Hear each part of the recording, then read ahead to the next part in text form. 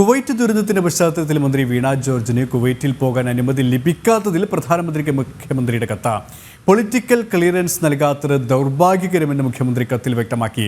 അതേസമയം ദുരന്ത സമയം കേന്ദ്ര സർക്കാർ ആവശ്യമായ നടപടികൾ സ്വീകരിച്ചിരുന്നതായി വിദേശകാര്യ സഹമന്ത്രി നേരത്തെ അറിയിച്ചിരുന്നു. ഇവരുമായി ടിൻഡു ദാസ് ചേരുകയാണ്. ടിൻഡു, എല്ലാ കാര്യങ്ങളും എല്ലാ സംവിധാനങ്ങളും കേന്ദ്ര സർക്കാർ നടപ്പിലാക്കിയിരുന്നു, ആവശ്യമായ നടപടികൾ സ്വീകരിച്ചിരുന്നതായി വിദേശകാര്യ സഹമന്ത്രി നേരത്തെ തന്നെ അറിയിച്ചിരുന്നതായി. ഈ ഒരു ഘട്ടത്തിലാണ് അനുമതി നിഷേധിച്ചത്. പക്ഷേ അതിനെയും രാഷ്ട്രീയവൽക്കരിക്കുന്ന ഒരു നിലപാട് തന്നെയാണോ മുഖ്യമന്ത്രി സ്വീകരിച്ചുകൊണ്ടിരിക്കുന്നത്?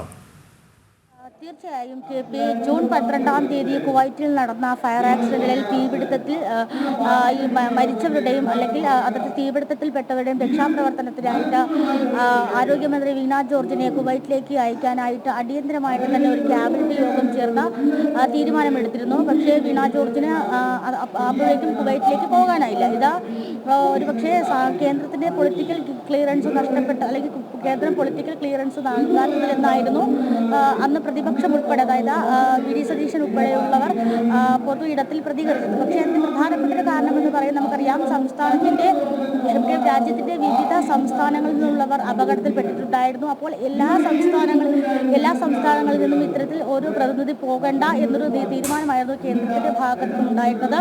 ഒരുപക്ഷെ മണിക്കൂറുകൾക്കുള്ളിൽ തന്നെ, ഒരു ദിവസത്തിനുള്ളിൽ തന്നെ മരണപ്പെട്ട ആളുകളെയും അതുപോലെ തന്നെ ഇത്തരത്തിൽ അപകടപ്പെട്ട് ചികിത്സയിൽ കഴിയുന്നവരെയൊക്കെ രക്ഷപ്പെടുത്തുക അല്ലെങ്കിൽ മരണപ്പെട്ട ആളുകളെ നാട്ടിലേക്ക് കൊണ്ടുവരാനും അപകടത്തിൽപ്പെട്ടവരെ രക്ഷപ്പെടുത്തി വിദഗ്ധ ചികിത്സയ്ക്ക് മാറ്റാനും ഒക്കെ കേന്ദ്രത്തിന്റെ ഭാഗത്തു നിന്നും ഇടപെടലുണ്ടായിരുന്നു. ഒരുപക്ഷെ ആ ക്ലിയറൻസ് ആണ് അല്ലെങ്കിൽ ആരോഗ്യമന്ത്രി ആ ഒരു സാഹചര്യത്തിൽ അങ്ങോട്ട് പോകണ്ട അല്ലെങ്കിൽ അങ്ങോട്ടേക്ക് പോകണ്ട എന്നൊരു തീരുമാനമായിരുന്നു കേന്ദ്രത്തിന്റെ ഭാഗത്തു നിന്നും ഉണ്ടായിരുന്നത്.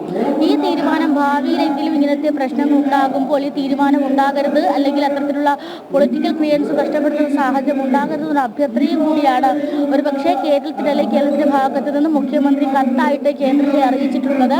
എന്തായാലും ജൂൺ 13-ാം തീയതിയോട് കൂടി തന്നെ ഇത്തരത്തിൽ അപകടത്തിൽപ്പെട്ടവരെ, ഗുരുതര ചികിത്സയിൽ കഴിയുന്നവരെ വിദഗ്ധ ചികിത്സയിലേക്ക് മാറ്റാനും അല്ലെങ്കിൽ ഉറ്റവർക്ക് എത്രയും പെട്ടെന്ന് അവരുടെ മൃതദേഹങ്ങൾ കാണാനായി നാട്ടിലേക്ക് മൃതദേഹങ്ങൾ എത്തിക്കാനും കേന്ദ്രത്തിന്റെ ഭാഗത്തു നിന്നും ശരിയായ രീതിയിലുള്ള ഇടപെടലുണ്ടായിരുന്നു. ഒരുപക്ഷെ അത് എക്സ്റ്റേണൽ അഫയേഴ്സിന്റെ കാര്യമായതുകൊണ്ട് അല്ലെങ്കിൽ അന്താരാഷ്ട്ര പ്രശ്നമായതുകൊണ്ട് തന്നെ രാജ്യത്തിന്റെ നയനിർണ്ണയങ്ങളെയൊക്കെ ബാധിക്കുന്ന വിഷയമാണ്. അതുകൊണ്ട് തന്നെ ആയിരിക്കണം ഒരുപക്ഷെ ഇത്തരത്തിൽ ക്ലിയറൻസ് എന്ന രീതിയിൽ ഒരുപക്ഷെ കേരളത്തിന്റെ പ്രതിനിധിയെ മാത്രം അല്ലെങ്കിൽ കേരളത്തിന്റെ ഓരോ സംസ്ഥാനത്തു നിന്നും ഓരോ പ്രതിനിധികളെ അയക്കാതിരുന്നത്. പക്ഷെ അതിനെയും രാഷ്ട്രീയ ആയുധമാക്കുന്നതാണ് ഇപ്പോൾ നമ്മൾ സഭയിൽ ഉൾപ്പെടെ കണ്ടത്. നിയമസഭയിലും ഈ വിഷയം ചർച്ചയിൽ കൊണ്ടുവന്നു. പ്രതിപക്ഷവും ഭരണപക്ഷവും ഒരുപോലെ കേന്ദ്രത്തെ എതിർത്തുകൊണ്ട് അത് രാഷ്ട്രീയ ആയുധമാക്കിക്കൊണ്ടായിരുന്നു സംസാരിച്ചത്. എന്തായാലും ഈ മേലിലെങ്കിലും അല്ലെങ്കിൽ ഇനിയെങ്കിലും ഇങ്ങനത്തെ പ്രശ്നങ്ങൾ വരുമ്പോൾ ഇത്തരത്തിലുള്ള സാഹചര്യങ്ങൾ ഉണ്ടാകാതിരിക്കാൻ ശ്രദ്ധിക്കുമല്ലോ, അല്ലെങ്കിൽ അത്തരത്തിലുള്ള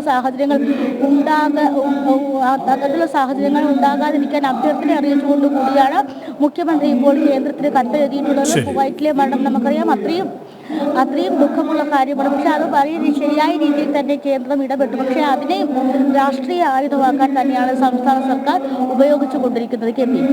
നിയമസഭയിലും ടിൻഡു ദാസാണ് വിവരങ്ങൾ നൽകിയത്.